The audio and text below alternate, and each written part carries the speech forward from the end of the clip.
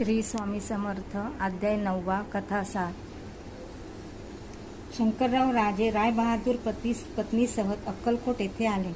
अक्कलकोट येथे असे अनेक भक्त आपापले मनोरथ पूर्ण व्हावे या हेतूने श्री स्वामी दर्शनार्थ येत असत। ब्राह्मणादी चारही वर्णाचे, पारशी, यवन आदी विविध जाती धर्माचे भक्त श्री स्वामींच्या दर्शनासाठी येत। त्यामुळे अक्कलकोट येथे कायम गर्दी उसळल्याने या परिसराला अक्षरशः जत्रेचे स्वरूप प्राप्त झाले असेल।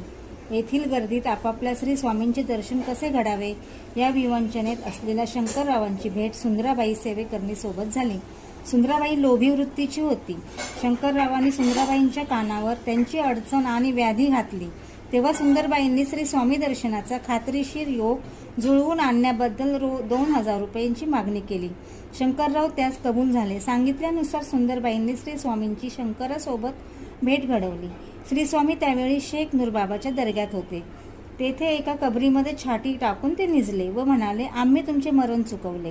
त्यानंतर शंकररावांनी तिथे बरेचसे अन्नदान केले, फकीरांना खाना दिला, कबरीवर कफनी चढवली। पुढे काही दिवसांनी श्री स्वामींनी त्यांना कडुलिंबाच्या पानात मिरीचे दाणे घालून खायला सांगितले। शंकररावांनी तसेच करतात अल्पावधीतच त्यांची ब्रह्मासंबंधाची व्याधी निमाली व ते व्याधीमुक्त झाले। पुढे काही काळानंतर शंकररावांनी अक्कलकोट येथे येऊन 10,000 रुपये खर्च करण्याचा मनोदय व्यक्त केला। तेव्हा श्री स्वामींनी त्यांच्याकडून अक्कलकोट येथे एक चुनेगट्टीचा मठ, राजे रायन मठ बांधून घेतला।